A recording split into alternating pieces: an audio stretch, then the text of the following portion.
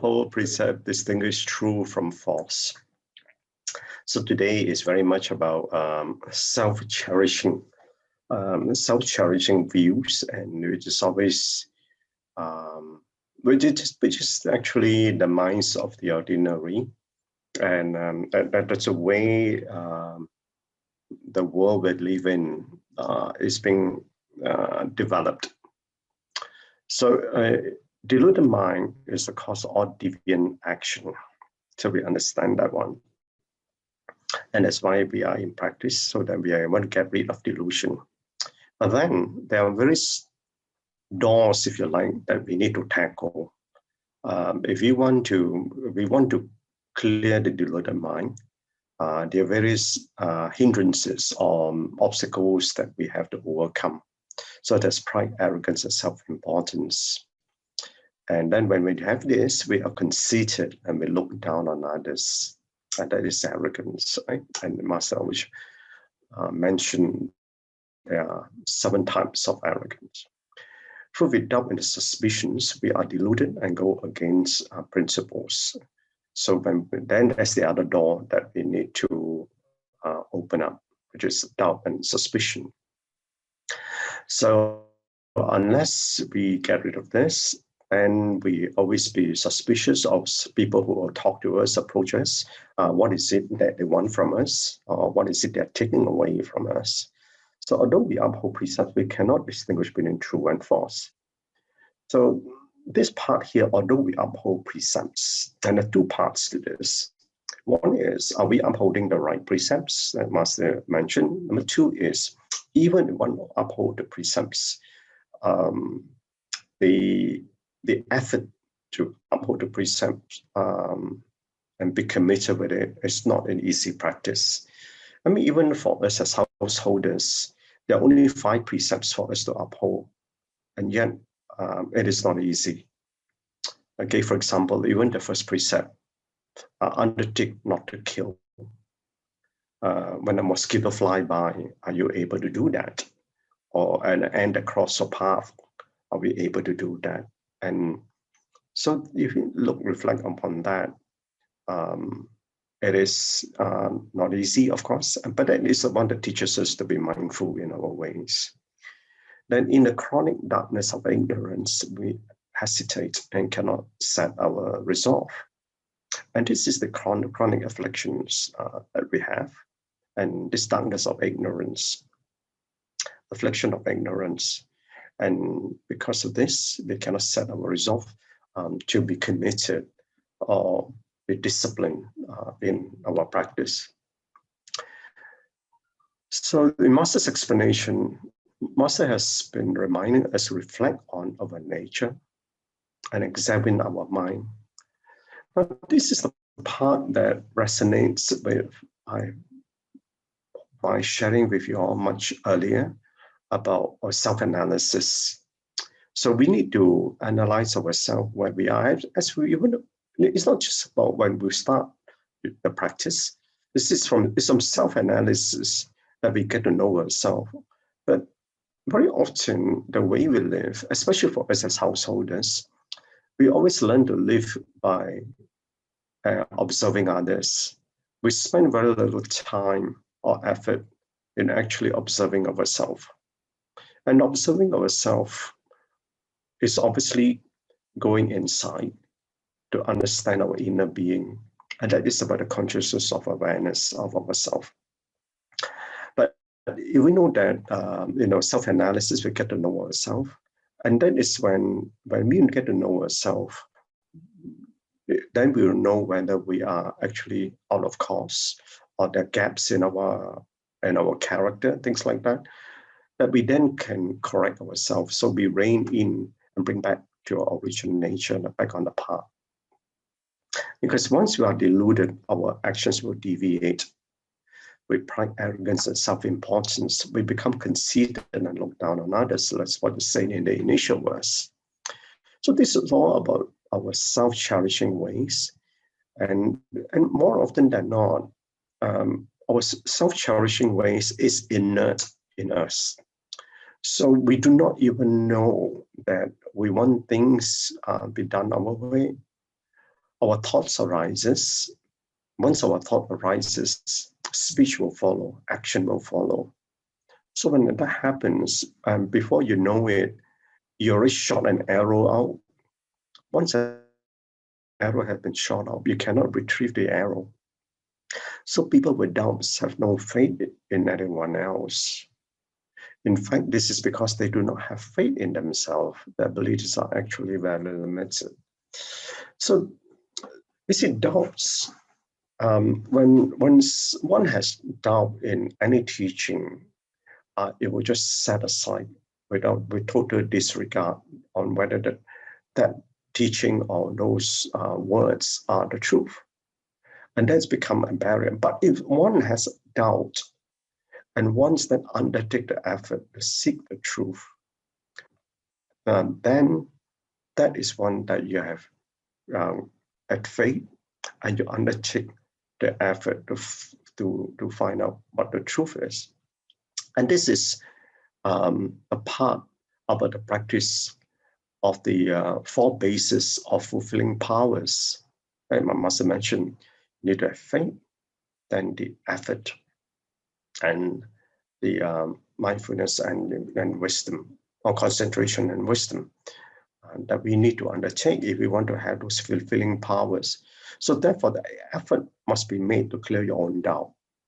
And even if during the time of the Buddha, and the Buddha said that the teaching, you can actually question the teaching. You're not supposed to take it as what it is. So you go there, discern it, contemplate on it, and find whether the teaching is logical. So without steady and mindful practice, they develop improper views and understanding, unable to justify the views unless they strongly believe in the right Dharma. So this is the part that about consciousness, that unless we understand it properly, and you see, the understanding of the Dharma is not so much in the words, it's in the truth of those words that it carries, a combination of those words. And this can only come about not by the meaning of the words they carry, but by the meanings of the realization that the words carry. And more often than not, they are in the gaps of the words or in the silence of those words. So to sum this in one sentence, the Master said, when we look at others with the mind of a demon, every person will look like a demon to us. And this is delusion. And this also resonates that what I've shared with you much earlier. What we see in others, whatever shortcomings we see in others, are purely a reflection of our own shortcomings. So, though we are engaging in spiritual practice, while upholding precepts, we cannot distinguish between true and false. And that's because this of chronic darkness of ignorance, we do not even understand the precepts very well. And our minds are undertaking wrong precepts, and our minds do not have the right samadhi, right understanding, and the right views. But therefore, understanding of the Dharma, precepts are very fundamental in our practice. But to understand the precepts properly and so they undertake the unwholesome deeds, it needs great effort on our part to do that. And like I said, even the first precept of not killing, and if we contemplate or just on the first precept alone, to what extent can you practice on that particular precept and uphold that particular one precept, let alone the rest of the 4? To the state of the mind, and this is particular words, as I mentioned, yaksas and hungry ghosts are metaphorical states of the human mind that lead us to not to follow correct path. Now, you see, the states of the human mind, if one would explain the state of human mind and say that that's deviated and that's not the correct path, it's very difficult to understand. But we relate it, the metaphor to yaksa and hungry ghosts, say, oh, I'm not that.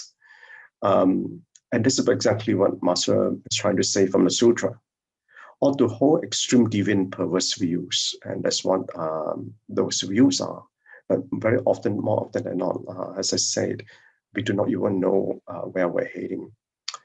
Metaphors for arrogant and self-indulgent and perverse views of enlightened beings. So therefore, if you look at this particular verse, we are enlightened beings. So therefore, if we are enlightened beings, we can easily fall back to all the states of mind that we do not be aware of. Maybe we're still there in the state of mind, but which we are trying to get out. So therefore, this is only this life of time of practice. What about next life? So therefore, this is practice that we have, and Master mentioned about the two extreme views, right? Nihilism and eternalism. So therefore, we want to make sure that in this lifetime of practice, that we can practice into the mind continuum. And that's exactly what I'm trying to say before. And in practicing into the mind continuum, so that whatever you have practiced in this lifetime is able to progress into the next from where you have left off. So in this day and age, people's sense of morality and abilities, everyone should have grown increasingly weaker, which means that the condition that we are practicing today is a lot worse than before. So because the virtues deteriorated, Dharma is degenerating. So with technology, people are well educated because they have access to a lot of knowledge right now. So life revolves around work. And a simple thing that Master say, who would then take care of the household matters? And even householders, for us, we would observe, we do not know anymore. What about family life?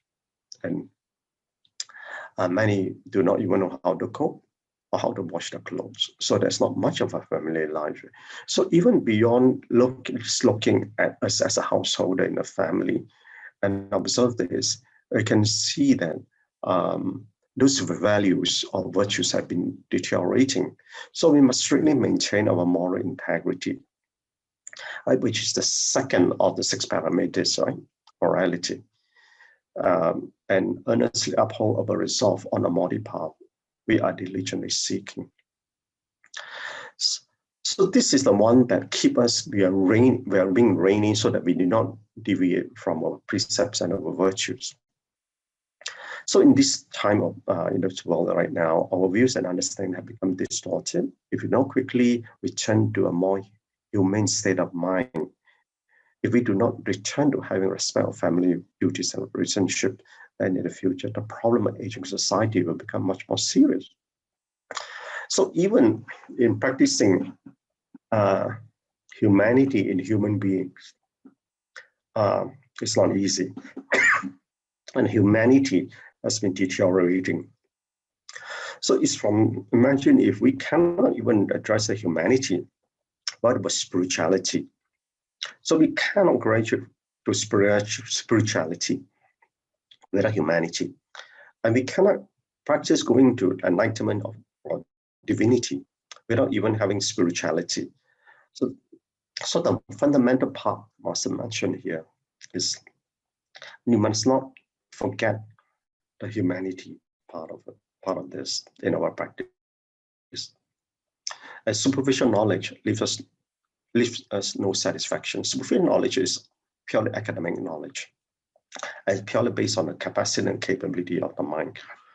But the practices at the spiritual level is beyond the mind, because the mind is only at a 6 consciousness. So that's why I want to have to progress in the practice. I want to elevate that consciousness to a higher level of consciousness to be able to practice. Otherwise, it will be limited of what we know. And we are asked to explain there is a limit to what we can share. And that's why when we know, one single teaching, it could be in one word or combination of short sentence. You can expand what for contemplation. You expand, you can elevate that realization from just a small saying or aphorism. Then many of you already spoke about peaking, and you know that past few days I shared with you about looking outside the window, right? It's not that I fast forward to listen to this particular video recording, but it's just the way it happens. And I use the metaphor of looking outside the window. So when the curtains are drawn down, we cannot see what's the truth, but we can be taught what the Dharma is, and without knowing, we're experiencing or realizing what the truth is, and that is when the curtain is drawn down. But even if we can draw slightly up, we can peek through it, but that view is very narrow. So therefore, if we see sometimes someone, a particular snapshot of somebody together, and we get 101 interpretation of what the snapshot means. And because we haven't seen the whole truth, so a snapshot doesn't mean tell you what the truth is. And this is a part that is the reason why one truth will manifest to the next and unfold to the next and so on and so forth. And this requires continuous efforts so that our mind will not be hindered by the limited understanding that we get. So looking at the world with a narrow field of view comes with very limited capacity. And then our knowledge, what we understand is very shallow and inferior. And what more if we are inferior? I remember yesterday's master teaching of arrogance. And when it's arrogant, and when that's the inferior, but we feel that our mind is buffed up, that we feel that we're superior to others, and that's arrogance, the type of arrogance. If people want to engage in spiritual practice, but precepts they are more incorrect, and following these divergent precepts, then we'll get into evident practices, and then and this happens, the right and wrong will be inverted, and these are the four inverted views. If you can remember that pure as impure, the joy as joy in suffering, and then permanence from impermanence, and this thing about self, which is non-self. These are the four inverted views. So we must be mindful so that we do not become deluded. If confusion arises in our mind, we'll go astray in many of our actions. This happens, our mind will become arrogant and proud, very self-important and deluded, etc. And we will be unaware. And this is the reason why I go back to the beginning part, that we need to do a lot of self-reflection. And constantly this will have a self-reflection otherwise, because this is an illusory world. And everything that we see, every phenomena that we see that arises, whether people, matters, or objects, mixed up with the five skandhas, all the five skandhas that we have are purely in a manifestation of our own mind. So, and this is why, because of our own mind, because of the presence of a single thing called the ego. And that ego is the one that's drives our self-cherishing ways, and this is why it is.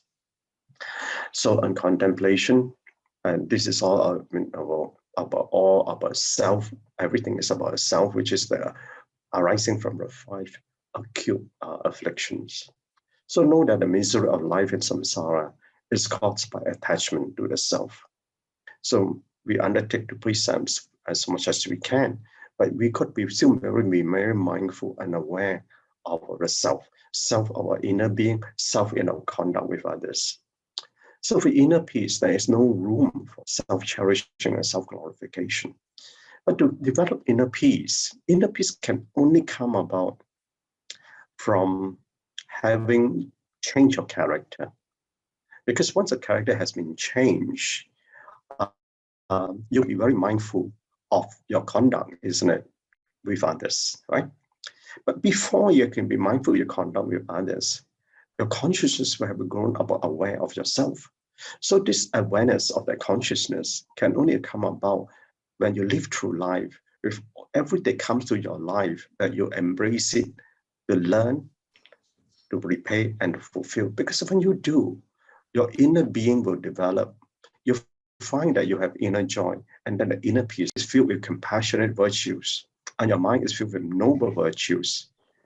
And this is the part that when of inner peace, your virtues will grow. And Sister Stephanie asked me about what are these virtues of the heart. This is what the compassion which I shared with you yesterday about the 6 virtues.